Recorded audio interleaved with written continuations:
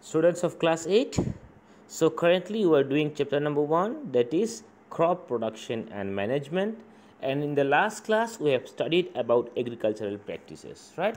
In agricultural practices we have started with preparation of soil. We have learned about plowing, what is plowing and why plowing is important. Today's class will study about manuring. Okay students? So before we start what manuring is, before I discuss you what is manuring, all of you must know that nutrients is a very essential part of any living organism, right? In your last class, that is in class 7, you must have studied about nutrition of plants and nutrition of animals, right?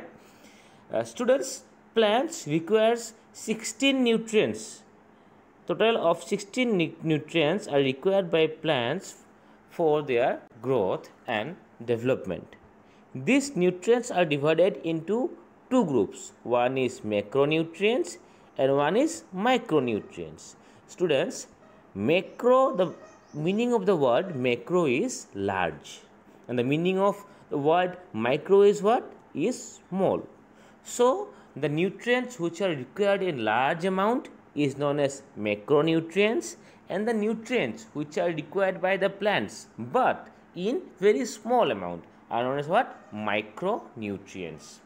Elements such as carbon, hydrogen, oxygen, nitrogen, phosphorus, potassium, calcium, magnesium and sulfur are called what? Are called macronutrients, as they are required in large amount. As I have told you, macro means large, right? And micronutrients, elements such as iron, manganese, copper, boron, molybdenum, zinc and chlorine are micronutrients, as they are required in smaller quantities, right? These elements, manganese, copper, boron, molybdenum, zinc and chloride, are required in very small amount. That is why they are known as what? Micronutrients. Students, you can see in this picture the plant is getting sunlight from the sun, right? And then it is getting carbon dioxide, that means carbon from the air. Oxygen also is getting from the air, right? And from water, what it gets? It gets hydrogen and oxygen, because what is the formula of water? It is H2O. That means water molecule has both hydrogen and oxygen.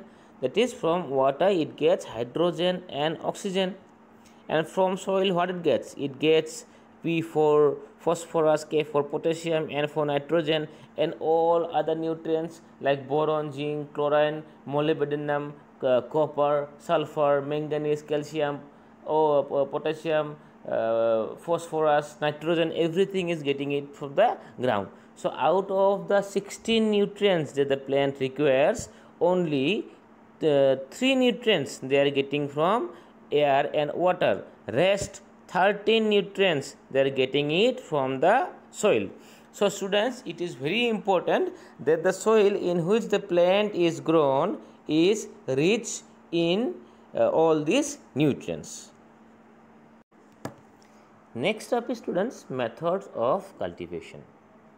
Okay students, when a land is cultivated for a very long period of time, what happens? That all the nutrients that are present in the land is used up, because the plants that were grown in that particular land has used all the nutrients over the years, and then that land will have no more nutrients. Now there are several methods by which the lost nutrients in that piece of land can be restored. Next up is what? Fallowing. Students, fallowing is one of the oldest method which is used to replenish the lost nutrients in a piece of land.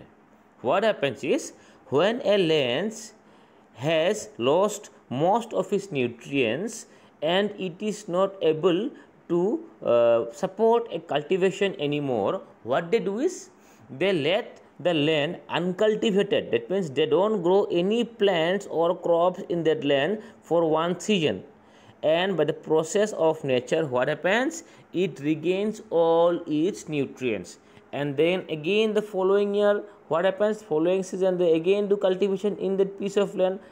Like this they used to do. But the problem is with the growth of population, the demand of food also increased. Yes or no? Now, when demand of food has increased, we can't just leave a piece of land uncultivated for a season. That would be a huge loss. So now they had to come up with different techniques by which the nutrients of a land can be replenished. Now students, next topic is what? Crop rotation. Students, before we go into this topic, you must understand that there are different type of plants, and different type of plants requires different type of nutrients. Some plants requires more nitrogen, some plants requires more calcium, some plants requires more iron, and so on. So if we take an example, what happens is rice and wheat, these two particular crop uses large amount of nitrogen. Okay, so when we plant rice and wheat in a land, what happens? That land loses a huge part of its nitrogen. Okay, now when in the next time, legume means what?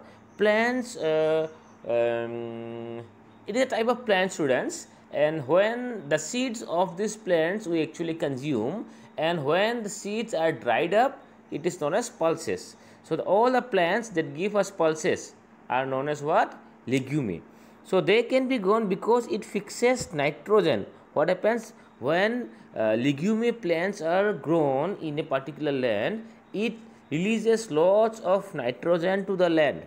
Okay, and it fixes the nitrogen problem. The soil is then ready for next year wheat and rice crop. Understood, student?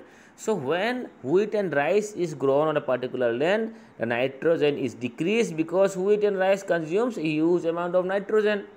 Now in the next season, what happens? In the next season, in the next time, they grow legume there. When legume is grown there, what happens? The nitrogen that was lost is again replenished there, because this kind of plants produces lots of nitrogen. And how they do it? They there are some bacteria in the ground who, with the help of which this legume produces lots of nitrogen. Okay, so this is how crop rotation is done. In one particular season one crop is grown, other particular season different crop is grown, and making sure that each plant, both plant help each other to make sure that the nutrients in that particular land is sufficient for their growth. Now next up, student, is multiple cropping. So multiple cropping is a process in which in a particular field multiple crops are grown at the same time.